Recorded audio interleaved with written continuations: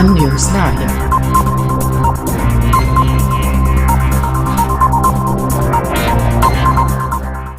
अध्यात्म का शहर, रूहानियत का नगर, भागलपुर सिल्क सिटी अब स्मार्ट सिटी में शुमार हो गया है। आइए जानते हैं कितना स्मार्ट हुआ है सिल्क सिटी भागलपुर। आज हमारे साथ खास बातचीत में संघर्ष मंच भागलपुर के संयोजक व युवा और भावी प्रत्याशी महापौर उप महापौर अजीत सिन्हा जी।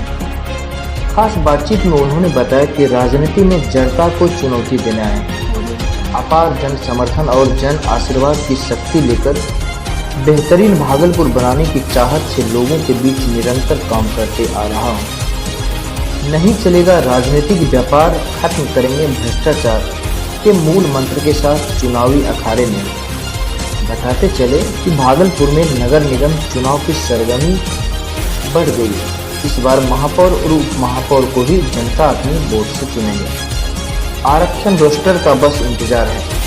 आइए जानते हैं अजीत सिंह के मुद्दे को उनकी ही जुबानी। नमस्कार, आप देख रहे हैं एन न्यूज लाइव और मैं हूं संतोष कुमार झा।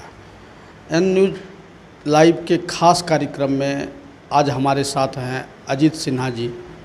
आज हम उनसे बात करते हैं भागलपुर शहर के बारे में। सिल्क सिटी भागलपुर अब स्मार्ट सिटी में शुमार हो गया है।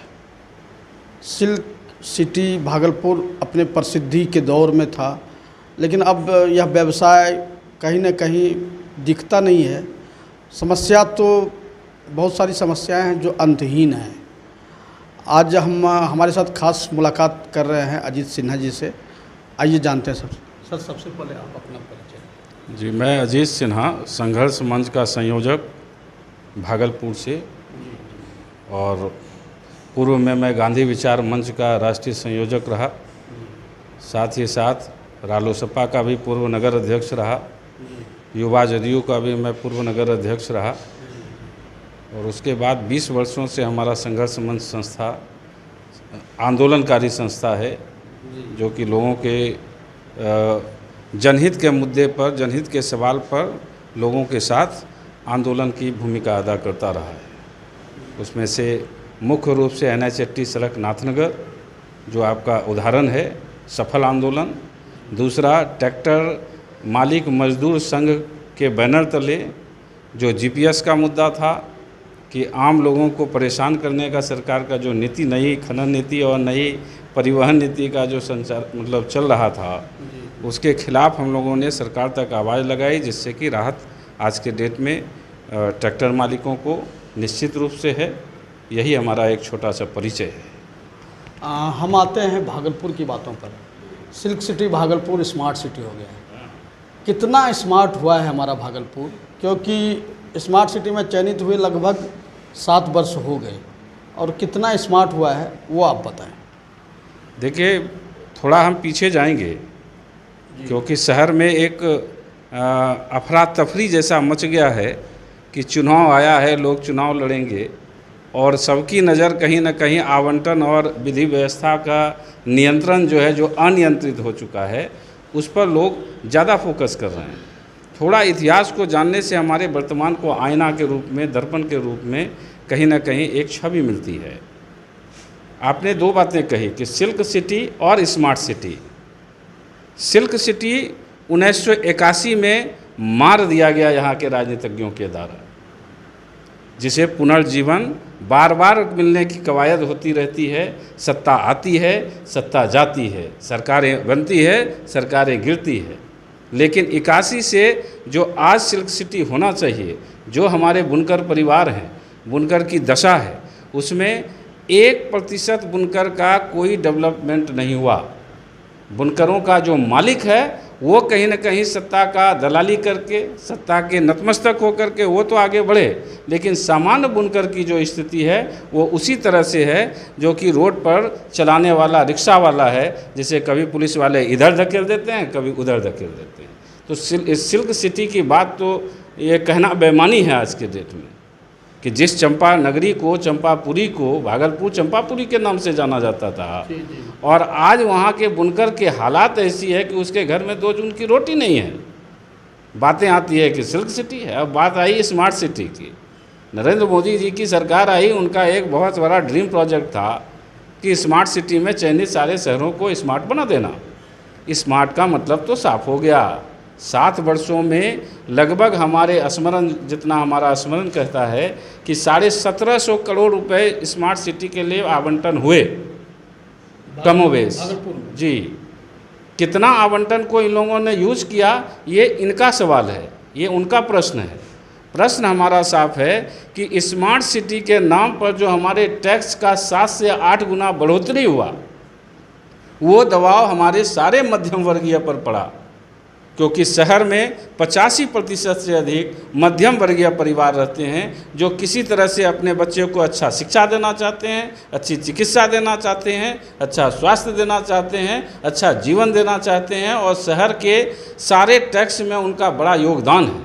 बावजूद भी चाहे वो राज्य की सरकारें हों, केंद्र की सरकारें हों या निगम की छोटी मोटी सरकारें हों, सबने मिडिल क्लास को शोषण के अलावा दूसरा कोई काम नहीं किया। तो स्मार्ट सिटी में लोग जब दबे कुचले होते चले गए तो इस स्मार्ट सिटी का क्या कहा जाए। दूसरी, आप तो पूरा सिस्टम के कहीं ना कहीं आप उजागर करने वाले लोग हैं, मीडिया कर्मी, तो आप तो देख ही रहे हैं कि कोई ऐसा मोहल्ला नहीं बचा जहां पानी के नाम पर सड़क को चीर दिया गया, खोद दिया गया। आज सारे मोहल्ले में लोग गिर रहे हैं, पड़ रहे हैं, बीमार हो रहे हैं। पूरा शहर का प्रदूषण रेट जो है इतना बढ़ चुका है कि आम आदमी को कोरोना से कम मरेंगे, लेकिन ये धूल धूसरित, अभी तो धूल कम उड़ रहा है क्योंकि बीच बीच में पानी पड़ रही है, लेकिन जिस समय धूल पड़ेगा तो क्या हालत होगी शहर की, वो किसी से छुपा नहीं। दूसरी चीज़ कि पूरा शहर जाम से बिल्कुल त्रस्त है। आज अभी 4 दिन आया है, एक नगर आयुक्त आए हैं जो कि कहीं ना कहीं किसी का चमन उजाड़ रहे हैं, जो भी कर रहे हैं, खैर अच्छी बात है, सड़क साफ़ होना चाहिए। लेकिन हमारा सवाल ये है कि वो जो रोजी रोटी कमाने के लिए रोड पे आए थे, कोई अपराध करने नहीं आए थे, उनका क्या होगा? उनकी व्यवस्था पहले करनी चाहिए, तब उजाड़ना चाहिए। हम मानते हैं कि वो गलत थे, अतिक्रमण के अंदर थे, मानते हैं, लेकिन एक शहरी होने के नाते और एक अधिकारी और सत्तासीन लोगों होने के नाते, सरकार होने के नाते पहला दायित्व था कि उनका पुनर्वास करके उसके व्यापारिक संस्थान को डेवलप करना चाहिए था। तब जाकर के उनके जो भी चमन थे उसको उजाड़ना चाहिए था। हम एसी में बैठ करके कवायद करते हैं कि सड़क जाम है, मुक्त है, ये है, वो है, लेकिन उसको पूछिए जो 2 जून की रोटी कमाने के लिए, 5 परिवार को पालने के लिए सड़क पर जो है आपसे हमसे जो है ज़्यादा मेहनत करता है, सुबह उठता है, रात में सोता है, फिर सुबह हो जाता है, पता नहीं चलता है। तो स्मार्ट सिटी की बात और सिल्क सिटी की बात बिल्कुल बेमानी है। इसके लिए बिल्कुल जन विरोधी ताकतें तैयार, सत्ता विरोधी ताकतें तैयार हो रही है और जन आक्रोश तैयार हो रहा है। इससे सवाल पूछा जाएगा और ज़्यादा नहीं, मात्र 2 से ढाई महीने बचे हैं। सत्तासीन लोगों से सवाल पूछा जाएगा और उसे गद्दी से उतार करके तब एक नया आयाम स्थापित किया जाएगा। दिनकर ने कहा था कि सिंहासन छोड़ की जनता आती है। आज की कमोबेश परिस्थिति यही है कि सत्ता में बैठे लोग एक गिद्ध की भांति हैं जो सोचते हैं कि कैसे जो है किसी भी आवंटन का बंदरबाट किया जाए। यही हुआ है। एक छोटी सी बात हम और समय लेना चाहें कि आज आपने देखा कि निगम में दो धरा बन गया है। एक धरा शांत है, वो मौन सहमति दे रहा है। दूसरा धरा मुखर है जो कि वो असहमति दे रहा है। कार्य कुछ नहीं हो रहा है। जैसा कि पिछले जो है 20 सालों से जो निगम का नया गठन हुआ, जिसका मैं भी पहली बार प्रत्याशी था, सबसे कम उम्र का प्रत्याशी था वार्ड 5 से। तो सवाल ये है कि ये जितने भी लोग 2 धरा में बटे हुए हैं, एक विरोधी हैं, एक मौन सहमति दे रहे हैं, सारे लोग कहीं ना कहीं तो इस सिस्टम का अंग थे। सभी ने 5 वर्ष तक इस सिस्टम को चलाने का जो है जिम्मा लिया था। आज ऐसा क्या हुआ कि चुनाव आया है और 3 महीने में हम अलग तुम अलग, दोष उसका दोष मेरा। कुछ प्राइवेट आदमी जो है कहीं चापानल गिरा रहा है तो उसको कह रहा है कि ये समाज से भी जो है पूरे शहर का जो है ठिका लिया हुआ है। कुछ जो है जो सत्ता में बैठा हुआ लोग है वो कहीं चापाकल दे रात करता है हम अपने निजी कोष से कर रहे हैं। भैया, अगर आप निजी कोष से कर रहे हैं और समाज से भी निजी कोष से कर रहे हैं तो ये प्रशासन किस लिए बैठा है? नगर आयुक्त किस लिए बैठा है? जिला प्रशासन किस लिए बैठा है? ये बड़ा सवाल है जो कि सवाल उठ ही नहीं रहा। बार बार जो है अखबारों में, मीडिया में हर तरह से जो है सिर्फ फोकस किया जा रहा है, फलाना ने ये कर दिया, ढमकान ने ये कर दिया। अरे भैया, मेरा जो टैक्स का पैसा था जो सरकार ने आवंटित किया था, उस पैसे के द्वारा जो काम हुआ, क्या हुआ, नहीं हुआ, जो जन सुविधा मिलनी चाहिए थी, वो कहाँ गई?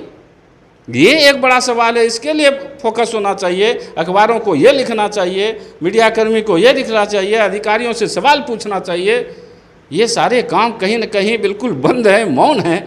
तो हम यूँ ही कह सकते हैं कि जब बंदर का सांचा में जो भी चीज़ जाएगा वो निकलेगा तो बंदर ही। सीधी सी बात है। तो कहीं न कहीं सांचा बंदर का है। इसे सांचे को बदलना होगा, ठीक ठाक करना होगा। इन सारे जनप्रतिनिधियों से सवाल पूछना होगा कि तुमने जो सत्ता का भोग किया, तुमने सत्ता के लिए संघर्ष किया नहीं, सत्ता मिली और सत्ता का भोग किया। सत्ता ऐसे नहीं चलती है।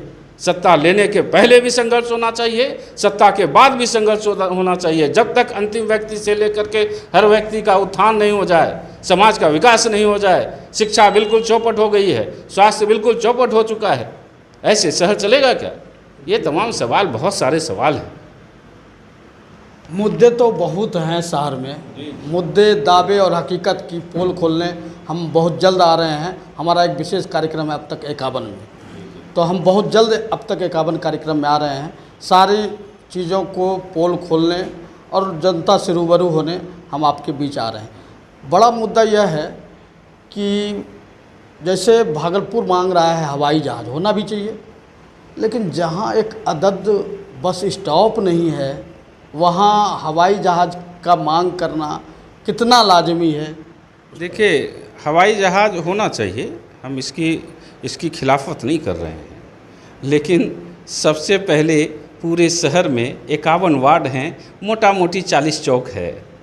वहाँ यात्री पड़ाव और शौचालय की, महिला को शौचालय की व्यवस्था होनी चाहिए। साथ ही साथ बस अड्डा तो है ही नहीं।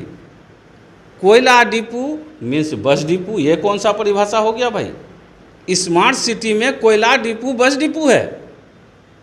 शासन कहाँ सोया है? जनप्रतिनिधि कहाँ सोए हैं? 20 वर्षों से नए मतलब 3 प्रकार की राजनीति का युग होता है। एक था जो कि प्राचीन युग था, जब आज़ादी हुई। बीच का युग आया जो 20 वर्ष तक कम से कम प्राचीन युग कहा जा सकता है। 20 वर्ष तक मध्य युग था। लेकिन ये जो 25 साल से जो आधुनिक युग है सत्ता का, और इसमें जो आधुनिक राजनायक निकले भागलपुर से, उन्होंने क्या दिया भागलपुर को? भागलपुर को जाम दिया, भागलपुर को पहचान दिया करप्शन से, अपराधियों से, लूट से। बाजार में आज स्नेचिंग हो रही है, हर जगह जो है महिलाएं असुरक्षित है, शिक्षा का जो स्थिति है वो बिल्कुल चौपट है। तो अब आपने जो सवाल किया कि यात्री पड़ाव, बस अड्डा और हवाई अड्डा, हवाई अड्डा को होना चाहिए। उसको भोग करने वाले भी हमारे भागलपुर में बहुत कम हैं, लेकिन हैं, ज़रूरत की चीज़ है। बावजूद बस अड्डा होना बहुत ही निहायत ज़रूरी था, जो कि आज तक नहीं हुआ, जिसके लिए ज़मीन आवंटित है, धनराशि आवंटित है, कार्य क्षमता का क्या पता नहीं, क्या इन लोगों का सिस्टम कह रहा है, ये मैं नहीं कह सकता। लेकिन हमारी तो मांग सबसे पहले है कि भागलपुर में कम से कम 2 बस अड्डे होने चाहिए, 40 यात्री पड़ाव होना चाहिए, साथ में शौचालय और पेयजल की व्यवस्था वहाँ होनी चाहिए। और हर सड़क से अतिक्रमण हटाने से पहले शासन उस दबे कुचले छोटे मध्यम व्यापारी का ध्यान रखे कि उसके लिए हर वार्ड में बाज़ार की व्यवस्था करे। हर वार्ड में बाज़ार होगी, इकोनॉमी डेवलप होगी, लोग रोज़मर्रा की ज़िंदगी से उभरेंगे, बेकारी बेरोज़गारी घटेगी। इन सवालों के साथ ये कार्यक्रम करना चाहिए। इसके लिए 30 मार्च को एक छोटा सा कथा बता देता हूँ कि 30 मार्च को हमने 23 मार्च को तिरंगा यात्रा निकाला था भ्रष्टाचार के खिलाफ पूरे भागलपुर में। हमने स्थिति देखी, पूरे शहर में जितने भी स्टैच्यू हैं महापुरुष के जिसने आज़ादी दिलाई, उस सब के महापुरुष को के मूर्ति पर आप जाएंगे, इतना मोटा कम से कम 10 mm मोटाई का आपको धूल मिलेगा। और कहीं कहीं तो हमने शराब की बोतलें भी पाई। फिर हम उसको अपने कार्यकर्ताओं से उससे हटाने का प्रयास किए। साथ ही साथ जब 30 मार्च को हमारा धरना का कार्यक्रम था 13 सूत्री मांग को लेकर के डीएम कार्यालय के पास महाधरना का, उसको हमको एसडीएम साहब ने एमएलसी के चुनाव का हवाला देते हुए रोक दिया, निरस्त करा दिया, जबकि हवाई अड्डा का प्रोग्राम चल रहा था। तो खैर प्रशासन समझ रही है कि भ्रष्टाचार के खिलाफ जो भी आवाज़ उठेगी उसे दबाना है, लेकिन कब तक? कब तक हमारी आवाज़ को आप दबाएंगे? आज नहीं तो कल जनता के साथ हम अपने स्थान पे आएंगे और फिर बताएंगे कि आवाज़ क्या होती है, कार्य क्या होती है, कार्यशैली क्या होती है, सत्ता क्या होती है और संघर्ष क्या होता है।